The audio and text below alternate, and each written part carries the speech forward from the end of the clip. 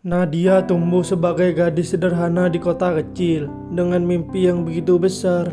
Sejak kecil ia terbiasa hidup dalam kekurangan. Ayahnya seorang sopir truk, sosok hangat yang selalu mengajarinya arti kesabaran. Namun ketika ayahnya meninggal karena kecelakaan, dunia Nadia runtuh.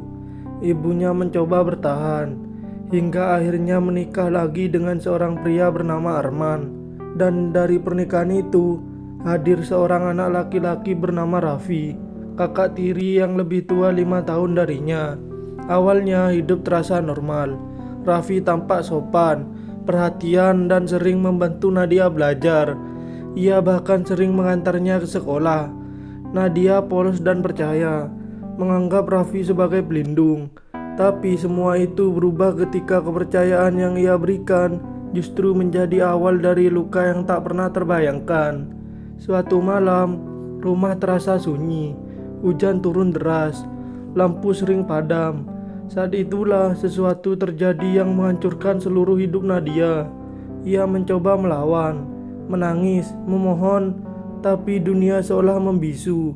Esoknya Raffi bertingkah seolah tak terjadi apa-apa. Dan lebih kejam lagi, ibunya tak percaya ketika Nadia mencoba bercerita. "Kamu pasti salah paham," kata ibunya dengan wajah marah bercampur takut. Sejak hari itu Nadia berubah. Ia berhenti tertawa, berhenti percaya pada siapapun. Dunia yang dulu penuh warna kini hanya tersisa kelabu. Ia belajar menyembunyikan luka di balik senyum palsu. Dan dalam diam hatinya berteriak minta keadilan yang tak pernah datang. Hari-hari Nadia setelah kejadian itu seperti hidup di dalam kegelapan yang tak berujung.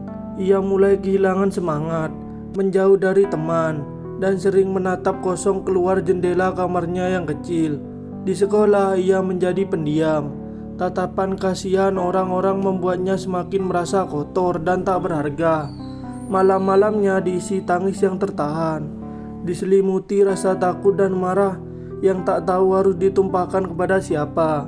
Namun di balik kehancuran itu masih ada setitik cahaya, sebuah impian kecil yang terus memanggilnya namanya, menjadi guru. Ia ingin mengajar anak-anak, ingin membuat mereka percaya bahwa hidup bisa lebih baik dari apa yang ia alami. Setiap kali menulis di buku harian, Nadia mencurahkan isi hatinya. "Aku ingin anak-anak perempuan tahu bahwa mereka berharga, bahwa mereka berhak bersuara." Suatu hari di perpustakaan kampus, Nadia bertemu dengan Bu Rini, seorang dosen muda yang dikenal karena kepeduliannya terhadap mahasiswa yang bermasalah. Bu Rini menatap Nadia lama, seolah melihat luka yang tersembunyi di balik matanya. Ia berkata lembut, "Nak, kadang luka tidak untuk dilupakan, tapi untuk dijadikan cahaya bagi orang lain." Sejak saat itu, hidup Nadia perlahan berubah. Ia mulai membaca buku tentang penyintas, menulis cerita pendek tentang keberanian, dan menghadiri diskusi perempuan.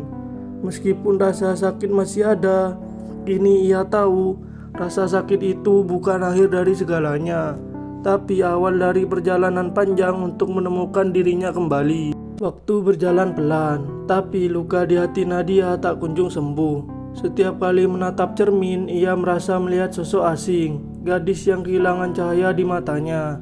Namun di dalam kehancuran itu, ada suara kecil di dalam dirinya yang terus berbisik, "Kamu tidak boleh kalah." Dorongan itu membuat Nadia kembali kuliah. Ia memilih jurusan pendidikan, meski sempat takut menghadapi dunia luar.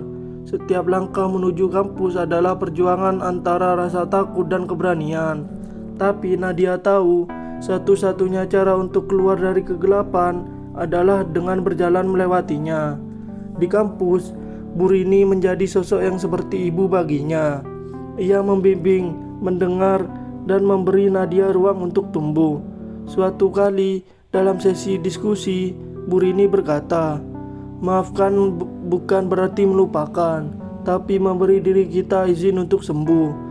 Kalimat itu menjadi titik balik hidup Nadia. Ia mulai menulis kisah hidupnya dalam bentuk esai.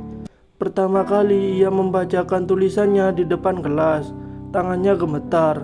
Tapi setelah selesai, ruangan hening, lalu tepuk tangan bergema. Untuk pertama kalinya Nadia merasa bebas. Dari situ ia bergabung dengan komunitas perempuan suara hati, tempat para penyintas saling menguatkan. Ia mendengarkan cerita lain yang bahkan lebih kelam dari miliknya, dan dari situ ia belajar. Ternyata dirinya tidak sendiri. Dalam setiap luka yang diceritakan, Nadia menemukan keberanian baru. Ia mulai berkata dengan yakin, "Aku bukan korban, aku adalah penyintas." Tahun demi tahun berlalu, Nadia kini bukan lagi gadis yang menangis di sudut kamar. Ia telah menjelma menjadi wanita tangguh dengan hati penuh empati. Setelah lulus, ia mendirikan sebuah yayasan kecil bernama Langkah Baru, tempat bagi anak-anak perempuan korban kekerasan untuk kembali bersekolah dan menemukan rasa percaya diri mereka. Yayasan itu bermula dari ruang tamu rumah kontrakannya yang sempit. Nadia mengajar 5 anak perempuan setiap sore, memberikan pelajaran dan mendengarkan kisah mereka.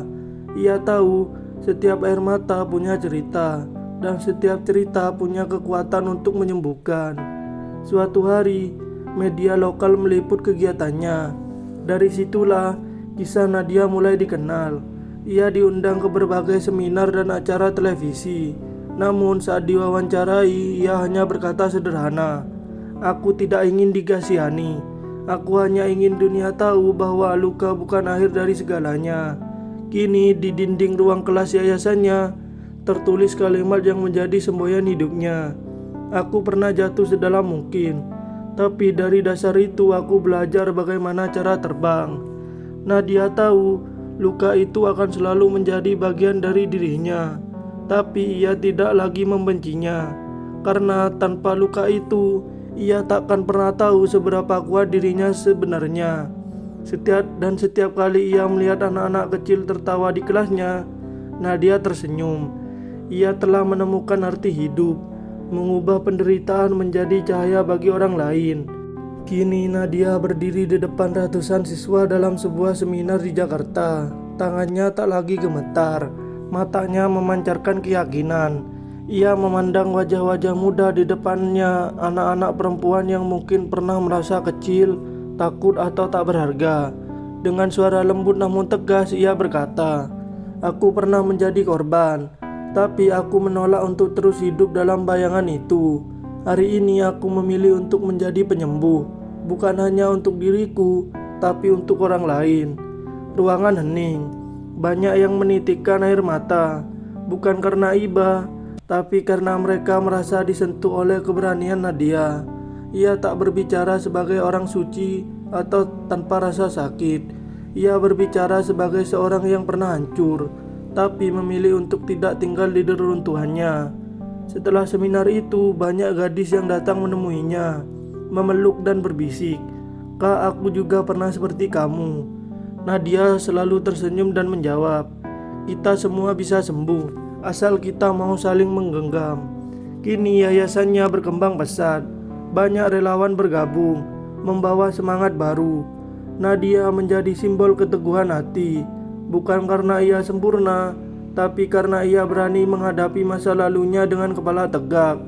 Kadang Tuhan membiarkan kita melewati gelap agar kita tahu betapa berharganya cahaya. Dan Nadia telah membuktikan bahwa kekuatan sejati bukan terletak pada seberapa keras kita memukul balik dunia, tapi seberapa lembut kita tetap mencintai meski pernah disakiti. Luka bukan akhir dari hidup. Luka hanyalah tanda bahwa kamu pernah berjuang. Terima kasih yang sudah menonton. Semoga yang saya sampaikan bermanfaat dan menambah wawasan bagi kalian semua. Jangan lupa like, komen, share, dan subscribe. Peace out.